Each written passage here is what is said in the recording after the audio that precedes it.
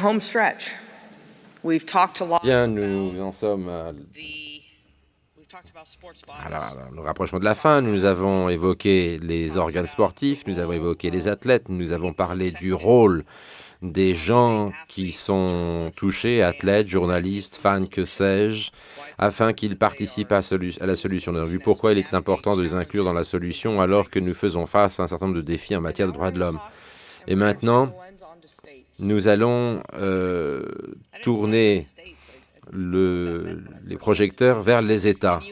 Au début, je ne comprenais pas très bien ce que ça voulait dire, les États, mais finalement, j'ai bien compris au final qu'il s'agit de pays. Et les organes régionaux. Il y a des organes régionaux aux quatre coins du monde qui établissent des politiques, Union africaine, Conseil de l'Europe, le Conseil ibéro-américain. Il y a des organes politiques continentaux et ces organes ont des effets sur les États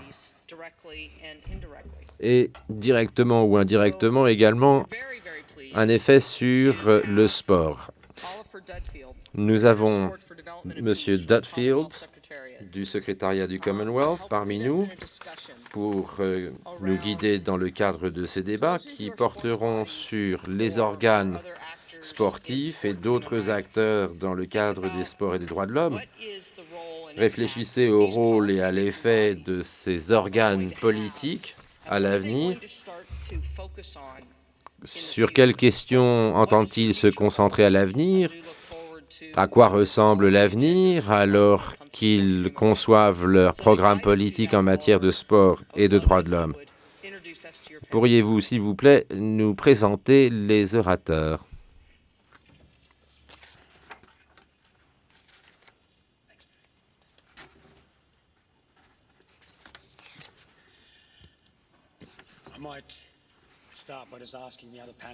Je commencerai peut-être par demander aux orateurs de bien vouloir se joindre à moi afin que je ne me sente pas trop seul ici.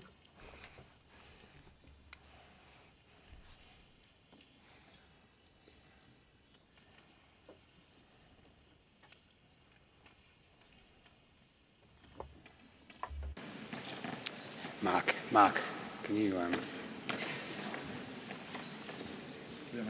no, we can. Thank you. Just so it's fine. Excellencies, Commissioners, Excellences, have some news. commissaires, mesdames et messieurs, j'ai des nouvelles à partager avec vous. De bonnes nouvelles, à vrai dire. Perhaps not breaking news, but good news. Alors, ce n'est pas forcément un scoop, mais c'est une bonne nouvelle quand même. If you're like me as we get towards Si, comme moi, the end alors que nous nous approchons de la fin de ce forum, question vous vous posez usually starts percolating in my head. la même question que moi dans ma tête, à savoir, What do we do to que turn the insights pouvons-nous faire we go back 5 minutes inspiration of the past 2 days into concrete action? pour transformer ces propos, sources d'inspiration des 2 derniers jours, en action? En d'autres termes, qui peut apporter son aide, qui peut prêter main forte? Et ce n'est qu'en répondant à ces questions que j'ai pu parvenir à la conclusion que j'avais une bonne nouvelle. Il y a une feuille de route mondiale adoptée par tous les États membres des Nations Unies. Il a été acclamé en tant qu'instrument universel, pertinent. Il est associé à des mesures de transformation pour un monde que nous appelons de nos voeux, dont les États conviennent que c'est une urgence. L'égalité entre hommes et femmes, un travail décent, réduire les inégalités, l'action climatique, la promotion de l'état de droit, le renforcement des institutions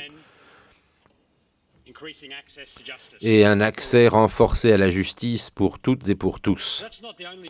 Mais ce n'est pas la seule bonne nouvelle, il y en a d'autres encore. Plus de 100 pays travaillent main dans la main avec les différentes parties prenantes issues du monde du sport et ont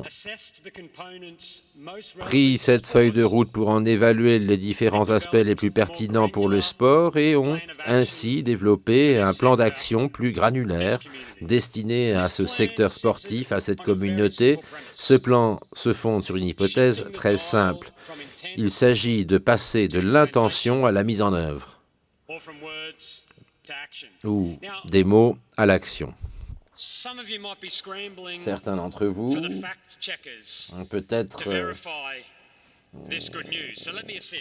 vont peut-être se tourner vers ceux qui vérifient les faits pour s'assurer que ce que je dis est vrai, mais je puis vous dire que ce projet de feuille de route, dont l'une des missions explicites est de réaliser les droits de l'homme pour tous, eh bien, ce sont les ODD 2030 et les objectifs de développement durable y associés. La deuxième feuille de route spécifique au sport est le plan d'action de Kazan, adopté par la 6e conférence ministérielle et des hauts représentants chargés de l'éducation physique et du sport, avec l'appui de la conférence générale de l'UNESCO. Ce plan d'action reconnaît explicitement le fait que les droits humains fondamentaux de toute personne touchés par ou participant à des activités physiques, au sport, à l'éducation physique, doit être protégé, respecté, conformément aux principes directeurs des Nations Unies sur les entreprises et les droits de l'homme, afin d'optimiser la contribution positive de ce secteur aux ODD et afin que ces ODD soient inclusifs. Excellence, commissaire, chers collègues, je pense que je me dois d'avouer maintenant que c'est probablement là l'un des propos liminaires les plus simples que j'ai jamais eu à rédiger, parce que la plupart de ce que je dis, de ce que je viens de dire, n'est qu'une citation directe de la résolution 71 de l'Assemblée générale des Nations unies qui a adopté donc les fameux objectifs ou du plan d'action de Kazan. Donc je ne peux pas vraiment prendre, dire que c'est moi qui ai inventé tout cela. Il a fallu en effet 2 ans de consultation publique intensive pour parvenir aux accords de Kazan, en écoutant en particulier les plus pauvres et les plus vulnérables.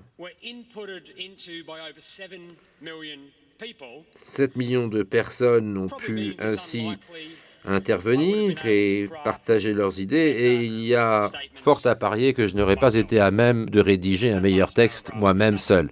Le dernier paragraphe, d'ailleurs, était une autre situation de la résolution 70.1. Je ne peux pas non plus dire que je suis la cheville ouvrière des ODD en ce qui concerne la promotion et le respect des droits de l'homme. Le comité de coordination internationale pour les institutions nationales pour la promotion et la protection des droits de l'homme, entre autres, m'ont pris de vitesse, et par le biais de la commission, il a été dit, là je cite une fois de plus directement, les ODD sont profondément ancrés dans la Déclaration universelle des droits de l'homme et dans les traités et instruments internationaux des droits de l'homme.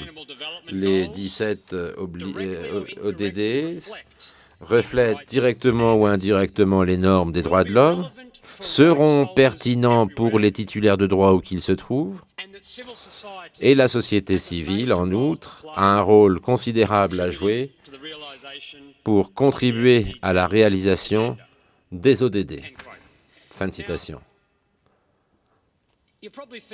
Vous vous dites probablement, avec toutes ces citations mot pour mot, que j'aurais pu vous donner ces quelques documents, économiser les 5 dernières minutes et Nous aurions pu ainsi passer directement aux 5 véritables dirigeants dans cet espace, assis derrière moi. Mais avant de leur donner la parole, j'aimerais faire une observation à titre personnel sur une caractéristique très particulière donc du plan d'action de Kazan. Ce plan isole un certain nombre d'objectifs spécifiques dans les ODD, les plus pertinents pour le sport, mais plus important encore, me semble-t-il, il évoque des cibles qui sont pertinentes à 2 titres. D'une part, lorsqu'il y a des preuves ou des théories crédibles du changement, il est dit que l'approche sportive peut, dans de bonnes circonstances, ou dans des circonstances adéquates, avec un plan adéquat, et pour certains membres spécifiques de la communauté, contribuer de manière précieuse à un développement durable inclusif. Deuxièmement, et c'est la raison pour laquelle cette feuille de route et les ODD sont si importants dans le cadre de nos débats, me semble-t-il, il y a les objectifs ayant trait à la promotion, à la protection, à la réalisation des droits de ceux qui sont dans le sport ou tournent autour de ce monde. C'est la seule manière pour le sport de contribuer à un développement durable inclusif. Alors, un aperçu rapide des ODD, mettre fin à toute forme de discrimination contre toutes les femmes et les jeunes filles où qu'elles se trouvent. Le 5C, adopter et renforcer des politiques et des législations visant à promouvoir l'égalité entre hommes et femmes et l'autonomisation de toutes les femmes et jeunes filles à tous les niveaux.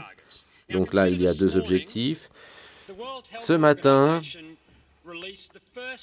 nous avons appris que l'OMS avait publié le premier ensemble de données sur les tendances concernant les activités physiques des adolescents.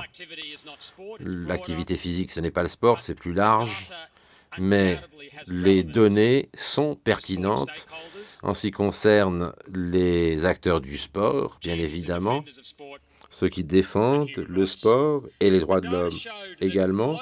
Et ces chiffres démontrent qu'à l'échelle mondiale, seuls 22% des jeunes garçons adolescents sont suffisamment actifs pour être en bonne santé. 22%.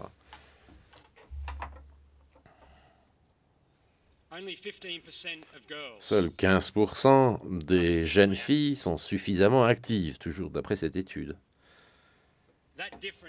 Cette différence est bien plus grande que les 10% qui séparent les niveaux d'activité des garçons adolescents et des jeunes filles dans un pays sur 3. Alors, je n'ai pas besoin de souligner l'avantage qu'il y a à avoir une activité sportive régulière. La réalisation du droit des jeunes filles adolescentes à l'activité physique à des fins d'amélioration de la santé, et le sport s'inscrit là-dedans, n'est pas équitable et, à vrai dire, a baissé dans 73% des pays entre 2001 et 2016. Et on peut aller plus loin. ODD 8.8, protection des droits du travail, promotion d'un environnement sûr. ODD 16.6, développer des institutions transparentes pour des obligations juridictionnelles. Le 16.2, réduire les abus d'exploitation, la traite et toutes les formes de violence et de torture à l'encontre des enfants. Et la liste est longue. Les ODD, les objectifs spécifiques identifiés dans le plan de Kazan sont au nombre de 36. Tout cela a un certain retentissement et est très pertinent dans le cadre de l'action des organes régionaux, des gouvernements par le biais de leur politique, et a été une source de dynamique en faveur de l'action. Les 63 chefs d'État des États du Commonwealth, mon organisation en est le secrétariat, se sont engagés à optimiser l'effet positif du sport sur les ODD et pour ce faire, Ils ont été très clairs, très explicites et dit que l'action collective et le rôle moteur du mouvement du Commonwealth était essentiel pour lutter contre la corruption en faveur des droits de l'homme dans le sport. Les ministères du Commonwealth ont lancé un certain nombre d'actions concrètes sur les sports et les droits de l'homme, y compris avec le développement d'une déclaration de consensus à l'échelle du Commonwealth sur les sports et les droits de l'homme. Le centre travaille avec nous par le truchement d'un conseiller spécial, David, que je remercie de son appui. Donc, si nous acceptons l'idée que les ODD et par élargissement le plan d'action de Kazan, tel que souligné par l'ICC d'Institution nationale, est pertinent pour tous les titulaires de droit où qu'ils se trouvent, on commence déjà à répondre à certaines des questions ayant trait à la feuille de route pour l'avenir.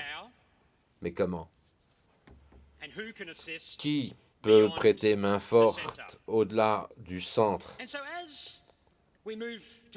Et alors que nous nous approchons de la clôture de ce forum, nous devons réfléchir davantage à ces deux questions, en particulier en voyant par le menu le rôle et les effets des organes régionaux et de la coopération régionale également, dans le cadre des droits de l'homme et du sport. Et pour ce faire, 11 minutes et 33 secondes après les avoir invités au podium, je suis heureux de vous présenter nos orateurs. Tout d'abord, le secrétaire exécutif du Conseil américain du sport et secrétaire d'État au sport et à la culture en Espagne, María José Rienda.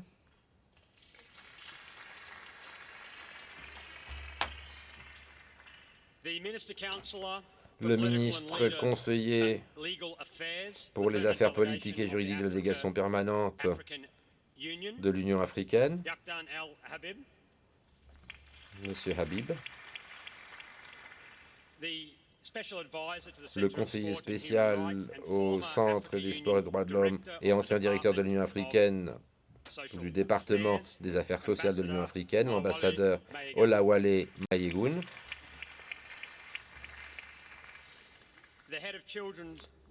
Le chef de Children's Rights and Sports Value Department au Conseil de l'Europe, Elda Moreno, et le directeur de l'Agence de développement du sport de la Caraïbe, Marc Mungal. J'invite la secrétaire d'État à prendre la parole et à nous donner un aperçu de la coopération, de l'architecture du sport et des droits de l'homme dans le cadre du Conseil ibéro-américain.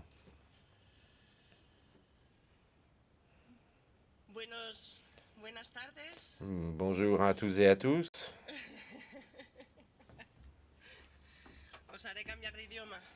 Je vais changer de langue, j'en suis désolé.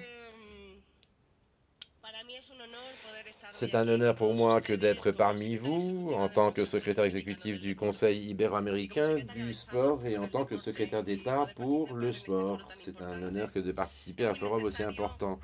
Il est nécessaire que les différents représentants sportifs du monde entier s'unissent. Nous devons nous unir, débattre, réfléchir à la question de savoir comment le sport, pourquoi le sport peut-il changer le monde et transformer nos sociétés pour le mieux. Il va sans dire que le sport peut apporter ce changement, nous n'en doutons pas, mais si en plus nous sommes à même de nous écouter les uns les autres, d'échanger des idées, je suis certaine que ce changement aura lieu beaucoup plus rapidement que prévu et qu'il sera beaucoup plus efficace. L'une des idées que j'essaye toujours de mettre en avant est que ce n'est qu'en unissant nos forces et en étant le plus divers possible qu'on parvient aux meilleurs résultats et qu'on multiplie ces meilleurs résultats. C'est la raison pour laquelle je vous remercie d'avoir organisé ce forum qui nous invite à réfléchir conjointement. J'aimerais rappeler une phrase de Kofi Annan qui disait « Le sport est une langue universelle qui peut unir les personnes, peu importe leur origine, leur croyance ou leur situation économique. » Fin de citation. Cette phrase résume le fait que le sport joue un rôle très important dans toutes les sociétés. On pourrait résumer cela en un mot d'ailleurs, égalité. Égalité veut tout dire parce qu'une société plus égalitaire est une société plus juste, plus tolérante, plus respectueuse, plus humaine, plus riche et pour tout dire meilleure.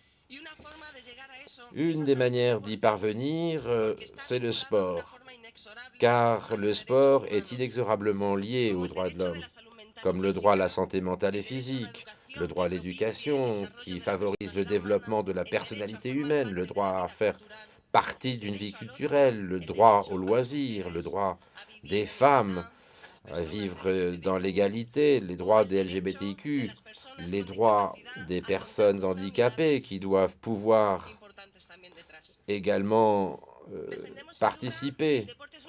Le sport est un outil d'insertion sociale, un axe qui structure nos sociétés, qui promeut le développement économique durable, qui promeut la tolérance, le respect, l'autonomisation des femmes, qui est bon pour la santé et l'inclusion sociale, entre autres. Par conséquent, il s'agit d'un outil c'est l'outil le plus précieux, le plus efficace dont nous puissions bénéficier dans la société, mais il faut pouvoir canaliser cela par le biais de mesures, de programmes, de projets, tout en étant conscient qui plus est que le sport est un élément transversal.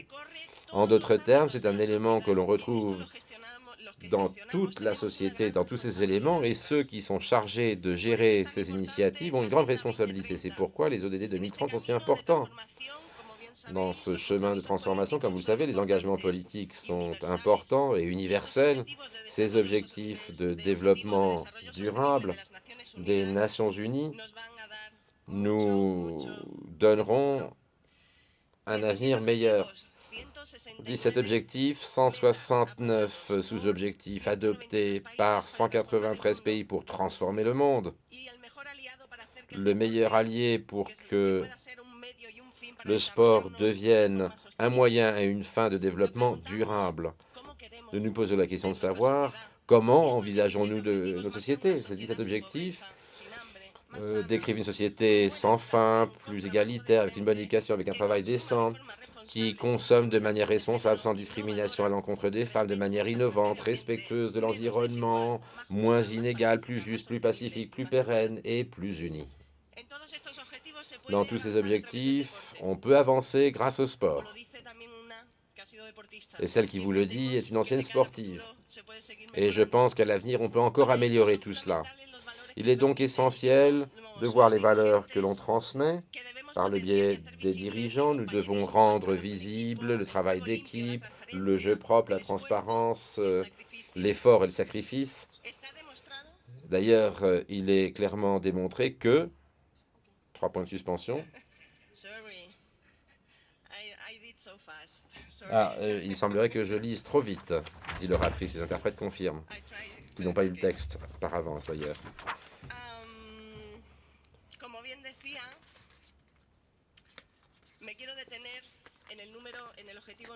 J'aimerais m'appesantir un instant sur l'objectif numéro 5, dont le défi est l'égalité entre hommes et femmes, une égalité dans les faits.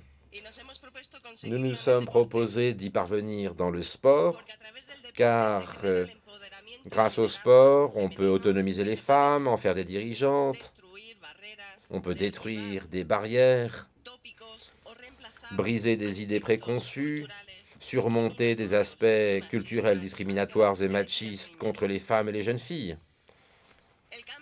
Le changement a déjà commencé.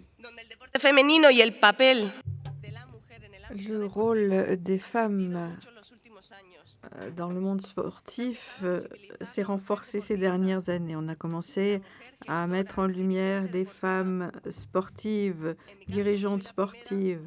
Dans mon cas, je suis la première femme secrétaire d'État au sport dans mon pays. Mais au niveau du Conseil ibéro-américain, avec 22 pays, il y a un grand nombre de femmes ministres. Il y a un grand nombre de femmes qui prennent des décisions importantes dans le domaine du sport. Le rôle des femmes et les femmes ont commencé à attirer des spectateurs dans les stades. Les femmes ont commencé à battre des records. Et les femmes commencent à faire l'objet d'une exposition médiatique. Les femmes intéressent le public. Nous avançons, néanmoins, il nous reste encore beaucoup à faire. Il faut mettre en place tous les mécanismes à notre disposition. En tant que responsable du Conseil ibéro-américain du sport, en tant que secrétaire exécutif, nous avons réactivé un outil qui n'existait pas, qui ne fonctionnait plus depuis 7 ans, et j'en suis très fière. C'est le réseau ibéro-américain de femmes sportives. C'est un exemple de la manière dont, par le truchement du sport, on peut lutter en faveur des droits de l'homme. C'est un réseau particulièrement important car, entre autres, cela facilite la diffusion des informations en matière de genre, ce qui est essentiel pour lutter contre les stéréotypes. Cela nous permet de définir des stratégies pour mettre en avant le rôle des femmes. Ça nous permet également de contrôler ou en tous les cas de veiller à la manière dont les pactes internationaux et autres conventions sont appliquées. Cela permet d'autre part de mener à bien des recherches. Cela nous permet d'autonomiser les femmes. Ensemble, nous sommes plus fortes et cela se traduit en progrès concrets. Il est très important que notre conseil, qui est un organisme qui regroupe un certain nombre de pays, agisse. Nous avons en faveur d'un objectif commun, à savoir avoir une société plus égalitaire. Nous devons renforcer ce réseau pour que la politique de certains pays inspire d'autres pays et que cela nous amène à travailler ensemble en ce sens. Par ailleurs,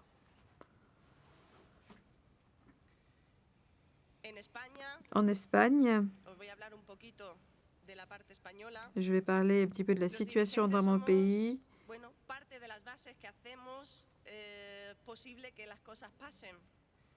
Les dirigeants ont un certain nombre d'atouts. Nous avons une force qui permet de lancer des projets. En tant que présidente du Conseil que je représente, nous sommes parvenus à mettre en œuvre des engagements. En travaillant entre autres sur une nouvelle loi sur le sport qui modifie la loi actuelle qui a plus de 30 ans et qui est un peu obsolète. Nous sommes très fiers parce que l'on progresse. Il y a une loi qui vise à assurer l'égalité des chances, qui met l'accent sur le droit à un sport inclusif pour les femmes et pour les personnes handicapées. Nous voulons un sport sans étiquette ni barrière. Il est important que ça figure dans une loi. C'est très important parce que lorsqu'il y a des normes qui sont à l'origine, qui mettent un terme aux injustices, les comportements se modifient. Je voudrais reprendre ce qu'a dit Kofi Annan sur l'égalité. Notre objectif, c'est l'égalité réelle dans tous les domaines, car ce n'est que de cette manière que l'on garantira le respect des droits de l'homme. Il faut un changement de mentalité, et pour ce faire, il faut l'engagement et les efforts de tous et toutes. Nous devons nous coordonner pour parvenir à cet objectif. Et lorsque nous nous unissons, nous pouvons en réaliser de grandes choses. Et c'est ainsi que l'on pourra parvenir à une société meilleure, plus juste et plus égalitaire. Merci à tous.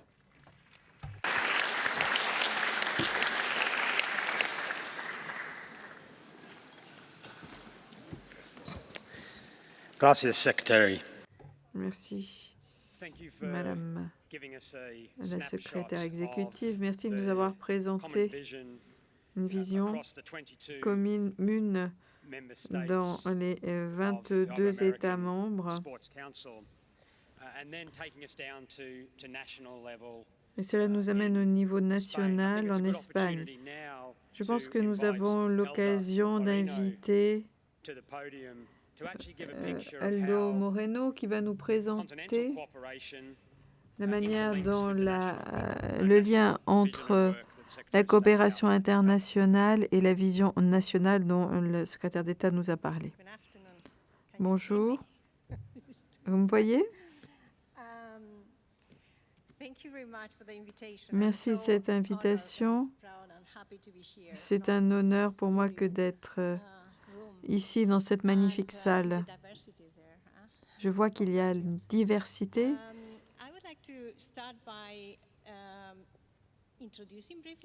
Je voudrais présenter brièvement le Conseil de l'Europe parce que je pense qu'un certain nombre d'entre vous pensent que je viens de l'Union européenne. Non, je viens du Conseil de l'Europe, qui est une organisation de 47 États membres. 47 États membres.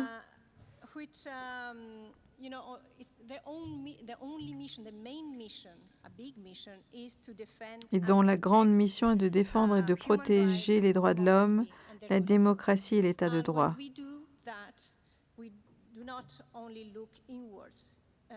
Mais nous ne nous concentrons pas uniquement sur l'Europe, nous avons une vision mondiale.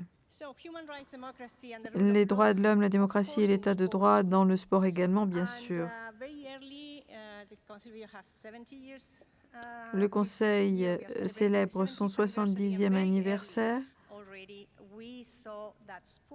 mais très tôt, nous avons vu que le sport pourrait être notre meilleur allié pour parvenir à la démocratie, l'état de droit et les droits de l'homme. Nous avons découvert également qu'il y a un grand nombre de menaces auxquelles est confronté le sport. Ce sont des menaces qui pèsent sur les personnes ou sur les sociétés d'une manière générale.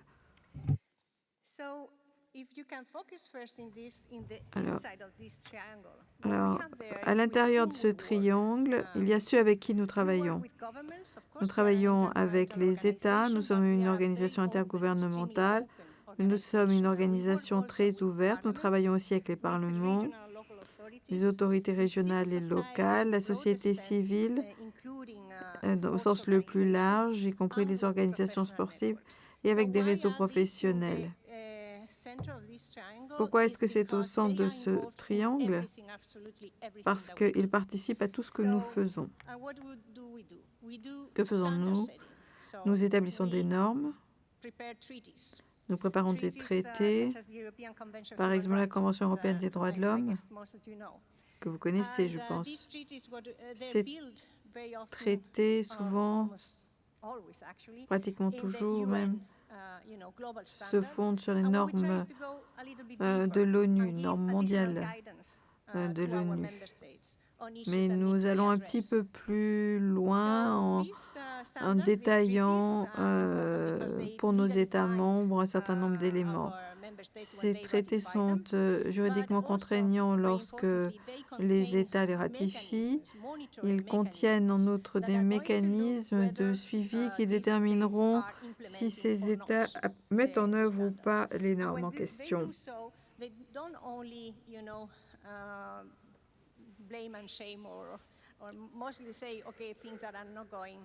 Il ne s'agit pas uniquement de critiquer les États examinés, mais de déterminer aussi les bonnes pratiques, les points communs entre les États et la manière de surmonter les défis. Ça, c'est la partie monitoring, au suivi.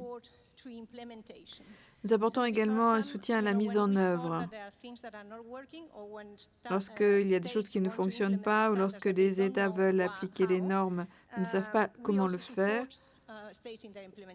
nous appuyons la mise en œuvre. Par exemple, nous aidons les États à revoir leur législation, à mettre en place des politiques, à former les personnels, etc. Ce qui est positif, c'est que dans ce triangle, ces acteurs participent tous. Donc, chacun d'entre vous a la possibilité d'influer sur ces processus. Chacun a son mot à dire. Je voudrais me référer aux principaux traités importants dans cette discussion. Alors évidemment, la Convention européenne des droits de l'homme. Et puis il y a une série de traités de droits de l'homme importants pour les traités. La Charte sur les droits économiques et sociaux, la Convention contre le trafic ou la traite d'êtres humains, la Convention pour protéger les enfants contre l'exploitation et l'abus sexuel, dite la Convention de Lanzarote, et la Convention pour prévenir et lutter contre la violence à l'encontre des femmes et la violence intrafamiliale. Toutes ont leur mécanisme de suivi. On peut établir un lien immédiatement entre ce qui peut arriver à un athlète, à un fan ou à un ouvrier du bâtiment. Tout cela est important dans ces conventions. Il est important de connaître ces conventions, car les 3 dernières en particulier relèvent de la 3e génération de traités. Il y a la prévention, la protection et la poursuite en cas de la lutte contre l'impunité. Il y a aussi une approche intégrée visant à lutter contre la violence. Il y a des directives si détaillées qu'elles sont utilisées comme règles non seulement en Europe mais aussi au-delà. Le Conseil de l'Europe s'appuie sur des conventions qui ont été mises en place en Europe, mais elles ne sont pas réservées à l'Europe. Tout pays au monde peut y adhérer. Et récemment, la Tunisie a adhéré à la Convention de Lanzarote. Il y a une série de traités liés au sport. La Convention contre le doping, qui est à l'origine de la Convention mondiale de lutte contre le dopage, et la Convention sur la sûreté, sécurité et les services aux événements sportifs. Et il y a une Convention contre la manipulation des compétitions sportives. Il y a donc des liens importants.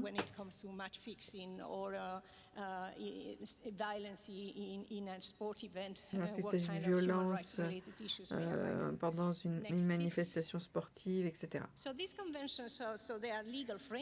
Ces conventions sont des cadres juridiques, mais ce sont aussi des plateformes. Ces plateformes, les États membres se rassemblent avec des observateurs également, des membres de la société civile, des chercheurs. C'est une liste de points que nous examinons à l'heure actuelle. Pour que vous ayez une idée, par exemple, la protection des lanceurs d'alerte dans le contexte de l'antidopage, par exemple, abus de force dans la police, dans le contexte de violence dans les stades, la violence de pair à pair, dans la pratique du sport, l'accès à la justice, en particulier dans le contexte de l'antidopage, liberté d'expression,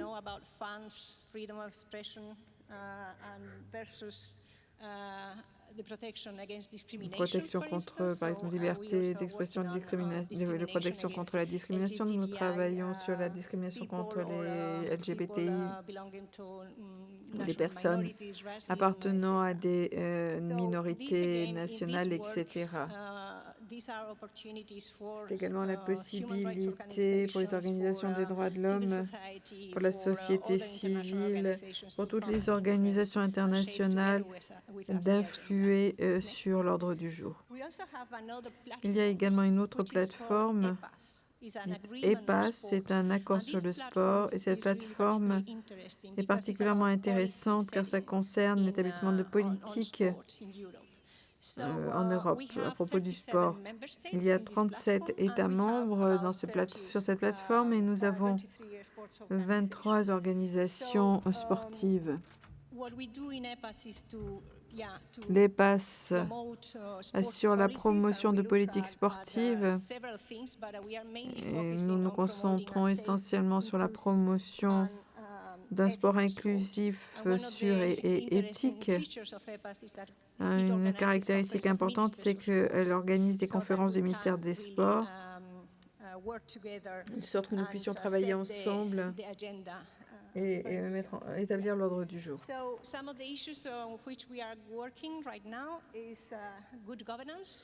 Nous travaillons sur la bonne gouvernance dans le sport, lutte contre la corruption, droits de l'homme et sport en général, comment mieux intégrer les droits de l'homme au sport. On a également sur la sauvegarde des enfants et l'égalité des genres. Donc, il y a pléthore de possibilités, de normes, de lignes directrices pour faire avancer les choses. Et ça s'adresse aux États membres, mais aussi aux organisations sportives. Merci.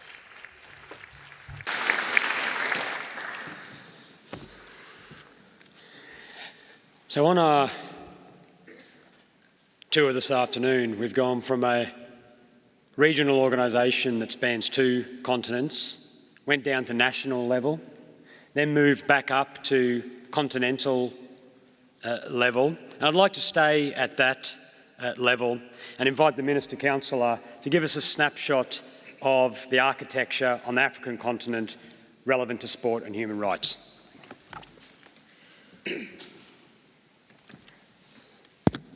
Thank you very much. Good afternoon, everybody. I would like to first start by conveying the apologies of my ambassador, Ambassador Ajay Kumar Brandio, who couldn't be with us today for compelling professional reasons. I will start my intervention by a little introduction to reaffirm once again that the African Union is all about development. It is from this perspective of development that we would approach sport or any other field.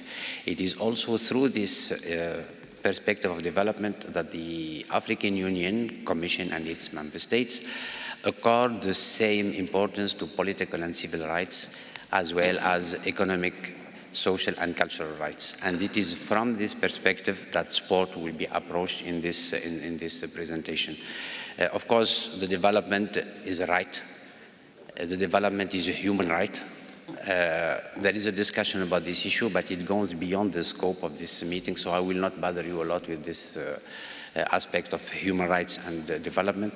I would just focus on the fact that we look at sport as a vehicle for development.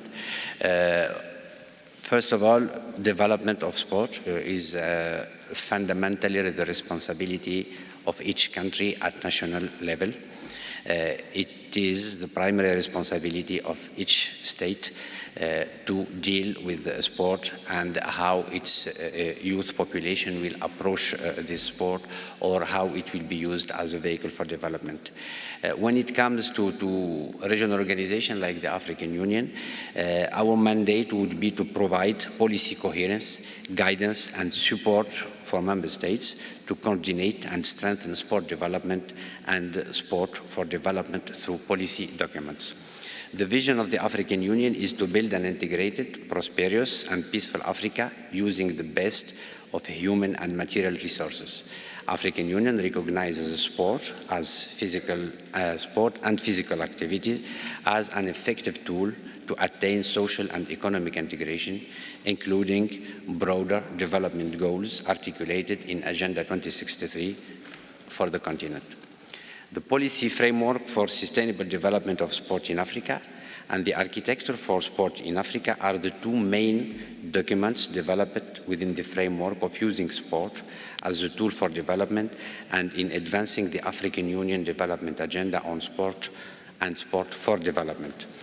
They were also developed to serve, these 2 instruments were developed to serve as a guide for African governments and stakeholders seeking to strengthen the contribution of sport to development and to give due recognition to the central role that governments and non-governmental actors can play in sports.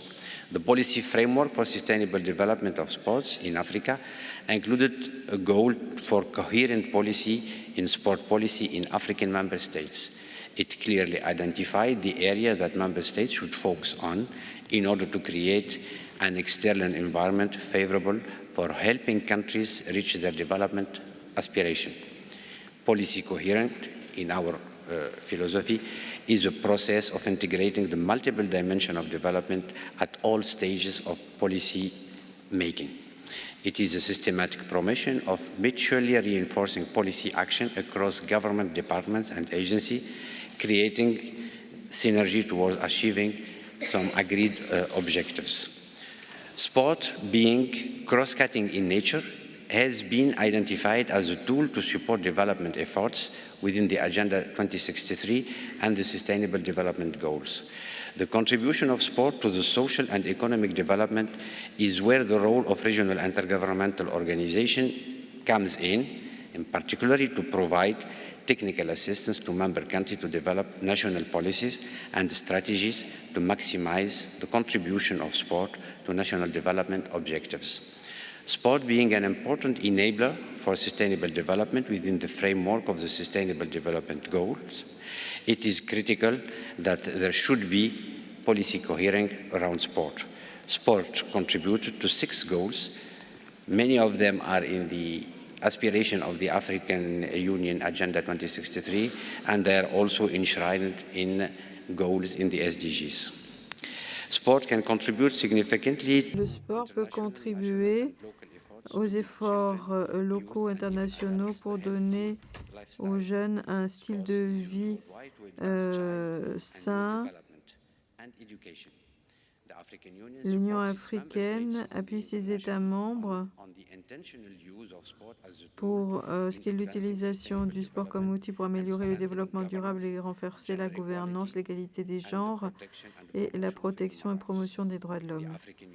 L'Union africaine joue un rôle de coordination essentiel dans l'élaboration des politiques avec d'autres organisations intergouvernementales et autres parties prenantes sportives, organisations sportives et groupes non gouvernementaux, société civile. L'Union africaine travaille en étroite collaboration avec le gouvernement et autres parties prenantes pour apporter une assistance technique, pour s'assurer que l'assistance technique réponde aux besoins du pays, son environnement local.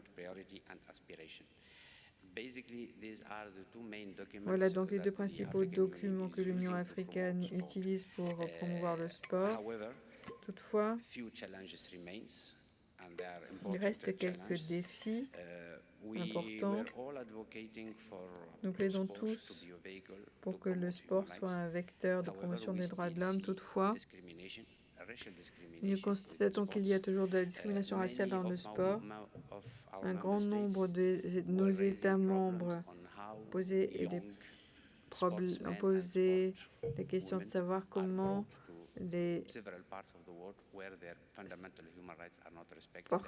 certains sportifs se retrouvent dans certaines régions du monde où ils ne sont pas traités correctement, lorsqu'ils sont détenus dans des situations difficiles. Nous continuons de constater que par le biais de la FIFA, certains messages sont destinés à lutter contre la discrimination raciale, mais le sport est un véhicule, un vecteur pour lutter contre la discrimination raciale et pour promouvoir les droits de l'homme, mais c'est aussi, et c'est un défi, cela reste également un domaine où la discrimination raciale et la discrimination existent toujours, et cela exige des efforts collectifs de notre part pour aller plus loin et identifier la manière de faire en sorte que le sport soit un environnement libéré de la discrimination raciale. Merci.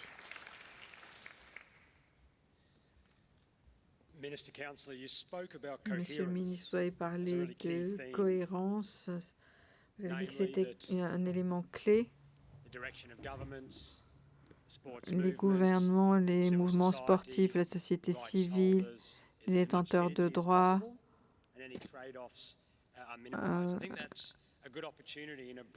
doivent avancer et cela me donne la possibilité de présenter l'ambassadeur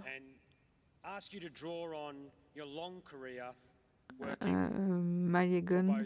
Je vous demanderai de vous parler de votre carrière auprès du gouvernement nigérian Et au niveau de l'Union africaine, vous donnez votre perspective d'un point de vue continental sur cette cohérence et c'est cet aspect transversal.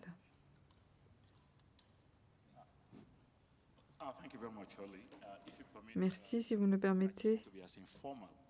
Je vais être tout à fait informel autant que possible.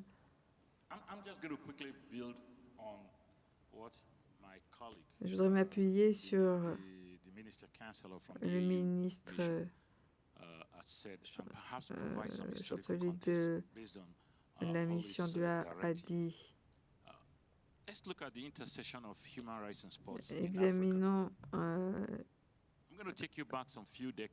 les sports et les droits de l'homme en Afrique.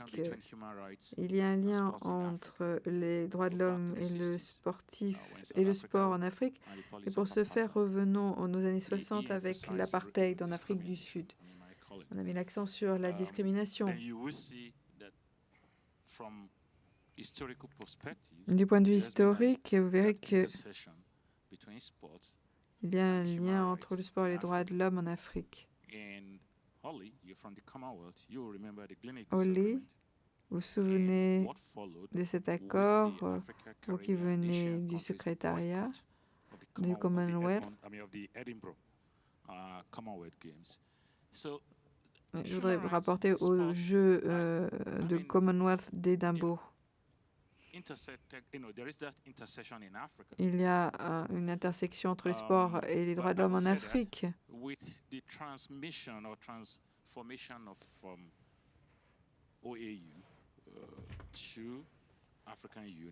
Il y a eu une transformation, l'organisation des États africains s'est transformée en Union africaine.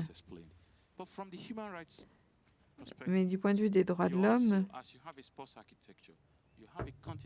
il y a un aspect continental.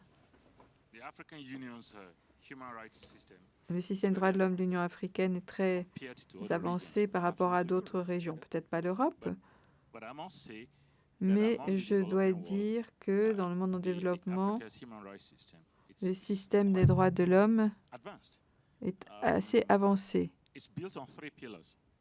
Il se fonde sur 3 piliers. La Commission africaine sur les droits des peuples et des personnes, le Comité des experts africains sur le droit des enfants et la Cour africaine des droits des peuples et des personnes à Arusha. Ce sont les 3 piliers de l'architecture des droits de l'homme. Et les 2 premiers en particulier ont des systèmes juridiques solides. Il y a un aspect essentiel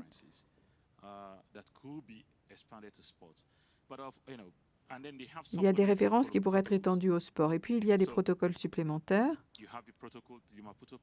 Le protocole de Maputo sur le droit des femmes, qui est un instrument des droits de l'homme avancé. J'ai parlé aussi de ce qui concerne les enfants. Mais il y a aussi les textes concernant les personnes handicapées qui est tout à fait au niveau d'autres pays. Et puis, il y a la Charte africaine pour les jeunes. Il y a de nombreuses dispositions sur le sport et la culture. Je ne vais pas vous ennuyer. Je suppose qu'il y aura des questions-réponses, mais comme mon collègue l'a dit précédemment également, au-delà de ces instruments juridiques, pour garantir une cohérence politique, il existe également d'autres instruments politiques. Il y a donc des instruments juridiques d'une part, mais également des instruments politiques. On a beaucoup parlé du cadre politique qui est à l'examen à l'heure où je vous parle, mais en 2008, lors de la rédaction, il était clair que les droits de l'homme devaient être inclus. Et à vrai dire, toutes les politiques sociales se fondent aujourd'hui sur les droits. Au-delà de cet aspect, il y a également la politique du genre.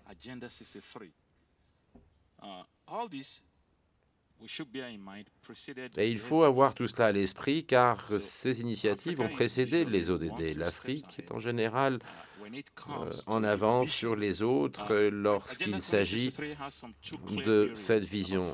Dans les ODD, il y a 4 domaines particulièrement importants, 2 qui sont tout à fait simples en ce qui concerne le message que vous avez fait passer, à savoir établir un lien entre les sports et les ODD et le développement social en général. Et, si vous me le permettez, je puis rapidement vous faire lecture de ce texte. L'Afrique, la bonne gouvernance, la démocratie, le respect, les droits de l'homme, l'état de droit, etc. Ensuite, l'Afrique dont le développement est tiré par ses peuples, se fondant sur le potentiel de ses populations, notamment des femmes et des enfants. Tout cela est directement lié, comme vous l'avez d'ailleurs démontré, à notre initiative. Pour conclure, l'Afrique n'est pas différente du reste du monde en ce sens que le monde du sport et des droits de l'homme ne se connaissent pas encore, et c'est malencontreux pour l'Afrique. Si on remonte dans l'histoire,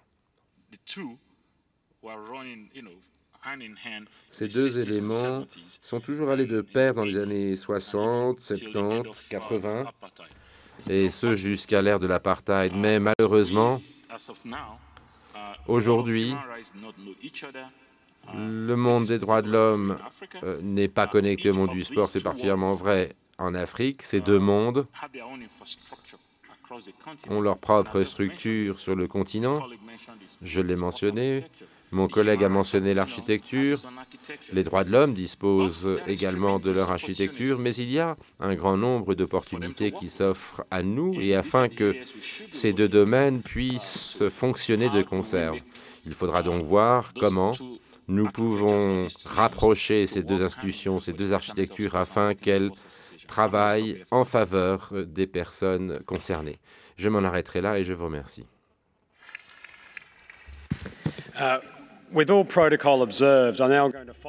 Je vais maintenant suivre le conseil de mon directeur et passer à la partie plus informelle de cette séance.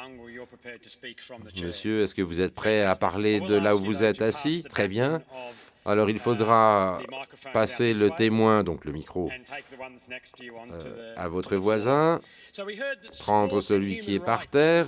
On a parlé du sport et des droits de l'homme, on a dit que ces 2 mondes ne se connaissaient pas, mais on a aussi parlé de mécanismes régionaux, de coopération régionale, d'instruments juridiques, d'instruments politiques.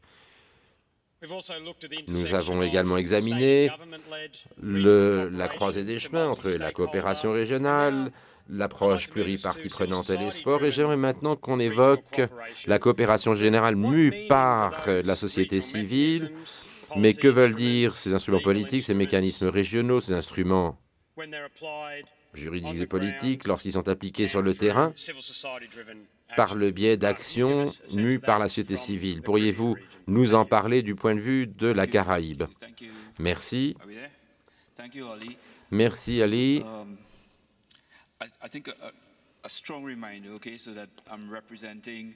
Alors, je dois rappeler que je représente une toute petite organisation non gouvernementale, contrairement à mes collègues ici qui représentent toutes et tous des agences intergouvernementales puissantes. Étant donné que je fais partie du secteur des organisations non gouvernementales, il y a un certain nombre d'avantages et d'inconvénients. D'une part, en effet, nous avons beaucoup d'autonomie, de souplesse. Nous pouvons par conséquent agir avec célérité plus que la plupart des gouvernements. Ça, c'est un avantage. L'inconvénient, c'est que nous n'avons aucune compétence, au sens juridique du terme, sur le gouvernement, sur le secteur du sport non plus. Parfois, ce sont nos collègues du gouvernement ou du monde du sport qui nous informent que nous n'avons pas juridiction, que nous n'avons pas autorité dans ces espaces. Et par conséquent, pour pouvoir fonctionner dans le contexte de ces déclarations, de ces traités, de ces constitutions et j'en passe, Dans le cadre du travail de l'ONU, du plan d'action de Kazan, nous devons manœuvrer entre ces différents textes, ce qui exige que nous tissions des rapports avec les individus et organisations clés pour pouvoir être fonctionnels dans cet espace, respectant que nous savons parfaitement qui nous sommes. Nous ne sommes pas une des grandes agences ici présentes dans ce contexte. Cela étant dit, nous avons des liens qui remontent à loin avec les deux grandes agences intergouvernementales de la Caraïbe, CARICOM d'une part. CARICOM est composé de 20 États membres, essentiellement anglo-saxons, 14 au moins, et puis Haïti également, et 5 dom-tom britanniques. Voilà donc un petit peu l'organisation interrégionale fêtière essentielle qui fonctionne un petit peu comme l'Union africaine et qui fait à peu près le même travail dans le cadre des traités, des déclarations qui doivent être traduites sur le terrain, mais ça va bien au-delà de mes compétences pour le coup. Et puis il y a l'Organisation des États de la Caraïbe de l'Est. Il s'agit là d'un groupe plus petit de certains des mêmes pays, 10 ou 12 d'entre eux, ça dépend comment on regarde les choses. Ça comprend, en d'autres termes, les dom-tom français et britanniques, mais n'inclut pas la Jamaïque, ni Trinidad, ni la Guyane, ni le Suriname, ni Haïti, et il en manque un, je crois. Ce qui, à mes yeux, est étrange, mais ne le leur dites surtout pas. Ne dites pas que j'ai dit ça. C'est une petite région déjà avec des ressources extrêmement limitées et nous avons 2 agences intergouvernementales qui font un peu ou prou le même travail de part et d'autre. Il y a beaucoup de choses, d'actions parallèles, beaucoup de redites. Imaginez les pays qui doivent participer 2 fois à la même réunion, etc., avoir des représentants ici et là. Et donc, si je devais formuler une recommandation à leur égard, je leur dirais de coopérer davantage et d'éviter justement l'utilisation des ressources parallèles, d'autant plus que les programmes demeurent quand même tout à fait similaires et qu'il y a beaucoup de doublons. Alors, les territoires de la Caraïbe, cela va sans dire, qu'ils soient membres de l'OCS ou de CARICOM, des Nations Unies, et dans une grande mesure, il s'agit de bons pays. Ils ont donc par conséquent ratifié toutes les déclarations et traités qui ont été mentionnés dans vos propos liminaires, et cités d'ailleurs.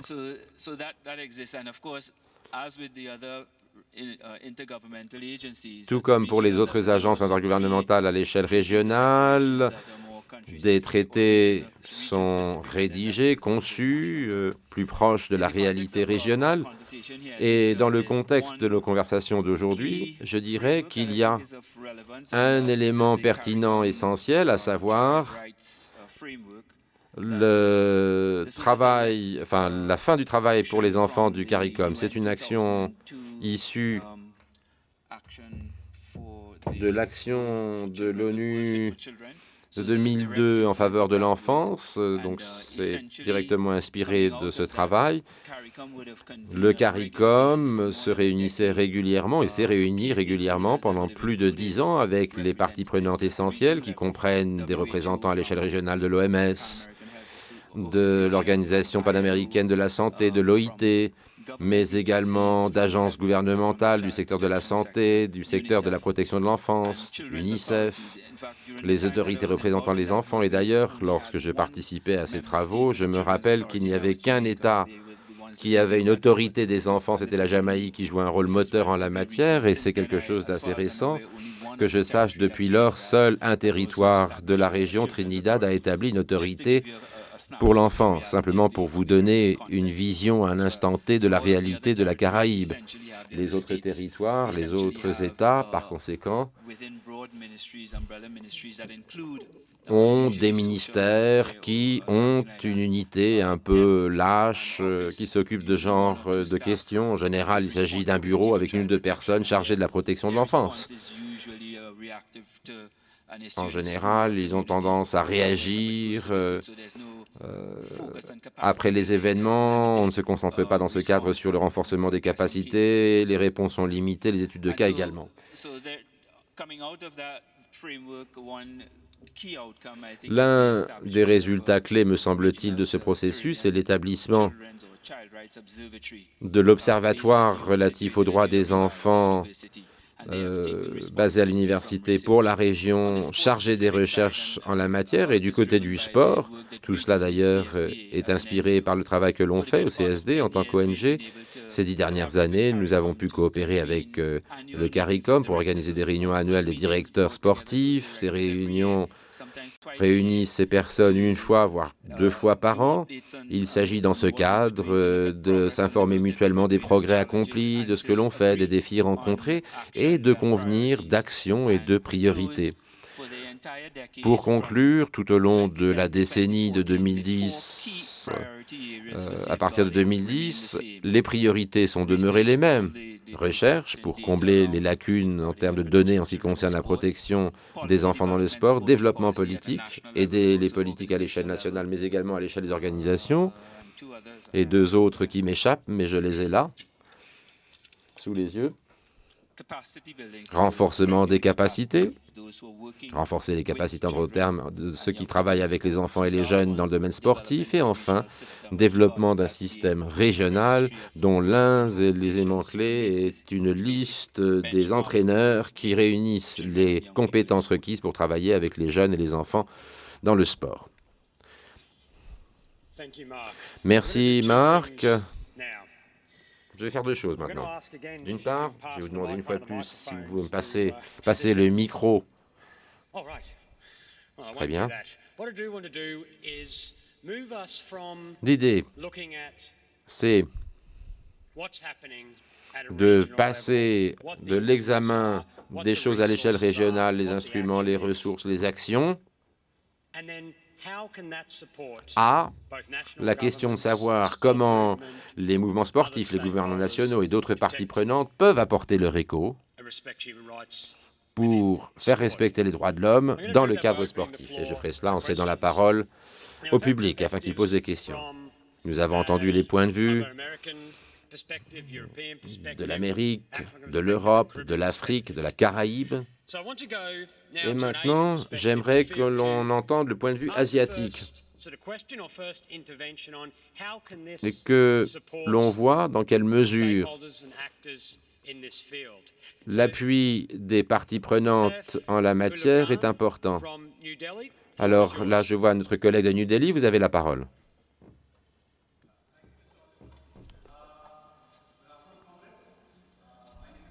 On ne vous entend pas, les interprètes ne peuvent pas travailler, micro est éteint. Is it working now? Yes, okay. Okay, again. Bien. Comrades, my name is Saifullah Khan. Saifullah Khan. Je viens de New Delhi, la capitale en Inde. Je suis joueur de rugby. Je travaille en tant que directeur du développement d'une union de football. Je gère également une organisation dont le nom est Yellow Street pour les enfants et le sport. Je représente un groupe de travail spécial pour l'Asie. Il n'y a pas de membres de l'Asie ici présents. Et je remercie d'ailleurs les organisateurs d'avoir garanti mon droit à être entendu. L'Asie, comme vous le savez, accueille la plus forte population de jeunes, et la population de jeunes en plus forte croissance au monde qui plus est. Il y a des groupes de travail à l'échelle macro, mais également à l'échelle micro. Et ces groupes de travail encouragent le leadership, promeuvent et protègent les droits de l'homme et une citoyenneté active. Il est intéressant de constater que la participation des jeunes augmente de manière modérée à l'échelle régionale et internationale sur la base des plateformes. Ma question est la suivante.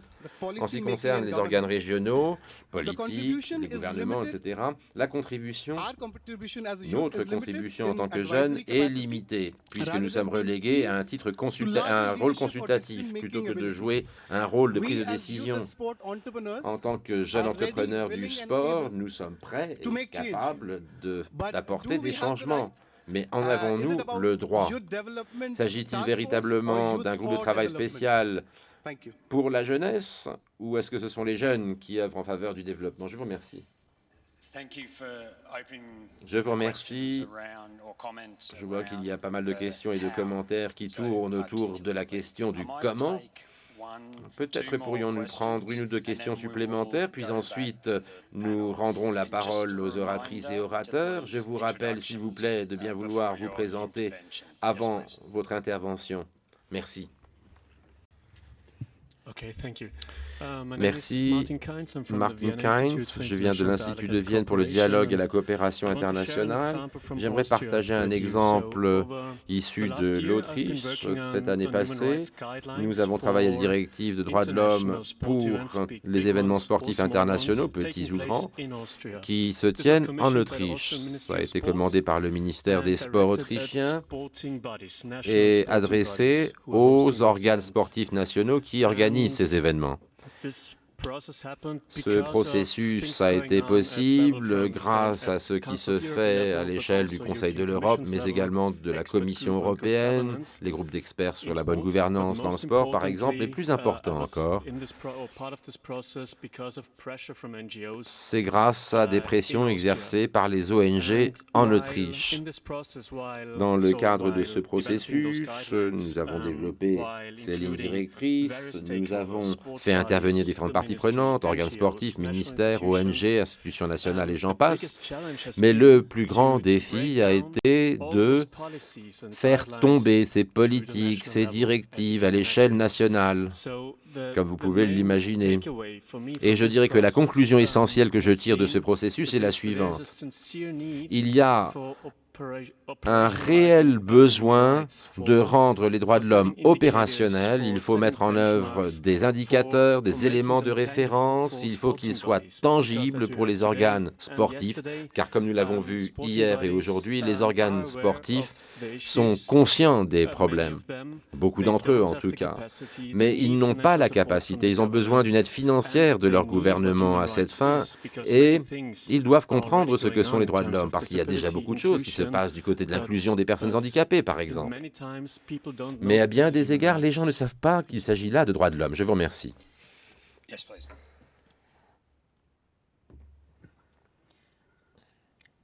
Good afternoon, colleagues. Bonjour, chers collègues. Florette Blackwood. Floride Blackwood, je suis conseillère technique auprès du ministère de la Culture, du Genre et du Sport en Jamaïque. Je remercie les orateurs et les oratrices de leurs interventions de cet après-midi. Je suis très heureuse de pouvoir être ici. J'aimerais poser une question.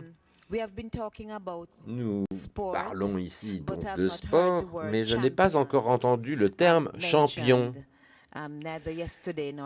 ni d'ailleurs hier, ni aujourd'hui. Or, je pense, disais-je, comme le disait l'orateur précédent, qu'il y a des politiques, des cadres, des institutions, des systèmes qui ont été mis en place, à bien des égards, à différents niveaux d'ailleurs. Mais la question est de savoir comment nous percevons cette opportunité qui nous est donnée d'établir des stratégies, d'identifier des champions à tous les niveaux, les individus, les communautés, à l'échelle nationale, à l'échelle régionale, à l'échelle internationale. Comment pouvons-nous donc trouver des champions historiquement? On l'a vu dans l'entretien précédent. Il fallait que certains se fassent les champions d'une cause auparavant. Il peut s'agir d'une organisation, d'individus, de personnes issues du secteur privé, des grandes entreprises qui financent et qui parrainent les grands événements sportifs, les équipements sportifs. Donc, que pensez-vous de cette idée de mettre en place des stratégies, d'identifier des champions à tous les niveaux? Il semblerait qu'il y ait un thème clair qui ressort des questions. Comment rendre opérationnelles ces politiques, ces structures à l'échelle macro pour en faire des champions auprès du niveau le plus proche du terrain pour garantir que ces droits soient respectés? La dernière question portait sur les champions. Madame la secrétaire d'État, vous avez gagné 6 médailles d'or en slalom. Alors, comment passer finalement des champions sur les pistes aux champions dans le cadre ibéro-américain afin d'apporter une dynamique supplémentaire au sport et aux droits de l'homme, et dans quelle mesure ces champions ont-ils été autonomisés? Oui, il est vrai que passer d'être championne référente à la gestion d'affaires sportives a été un grand moment. Je ne pensais jamais que je serais nommé secrétaire d'État au sport. Et à en arriver là pour un sportif, c'est très important, parce que nous sommes passés par la base. Nous sommes passés par les éléments les plus basiques des associations sportives, et aujourd'hui, nous devons trouver des solutions pour que ce qui m'est arrivé n'arrive pas à d'autres. Parce que sur le chemin qui m'a aidé, tout le long du chemin, je me suis plaint en disant « Mais pourquoi ne fait-on pas les choses différemment ?» Maintenant, j'ai la possibilité de véritablement changer les choses, et c'est un honneur que de le faire pour moi avec le Conseil ibéro-américain. Comme je le disais précédemment, nous travaillons à des programmes spécifiques avec l'Agence de coopération internationale notamment. Il est très important à nos yeux que nous mettions l'accent sur la formation qui est essentielle. Il faut que les athlètes aient une double carrière, qu'ils soient rendus visibles dans nos sociétés. Ce sont des référents. Ce sont des référents, ce sont des modèles de notre société. À nos yeux, il est important que ces exemples soient connus par les plus jeunes, par les plus petits. Il est important qu'il y ait cette formation des plus jeunes parce que c'est la base même si à l'avenir on souhaite avoir de grands champions.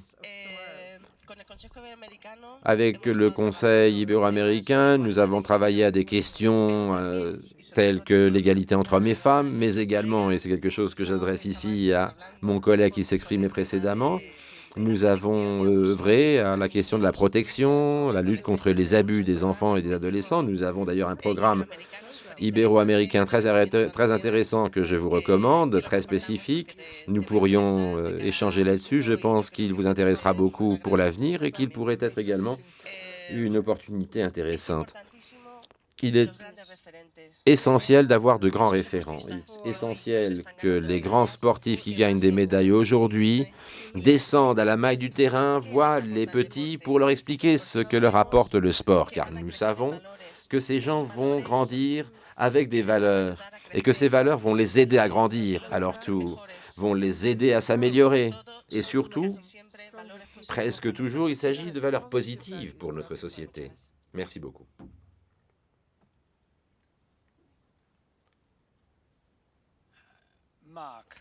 Marc,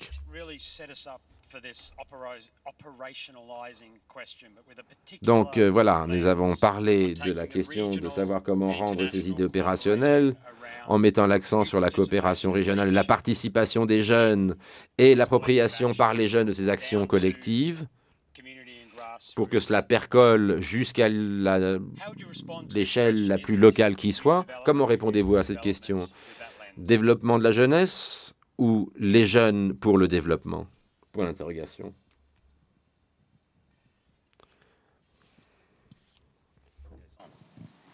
Yeah, thanks for the question. Merci de cette question.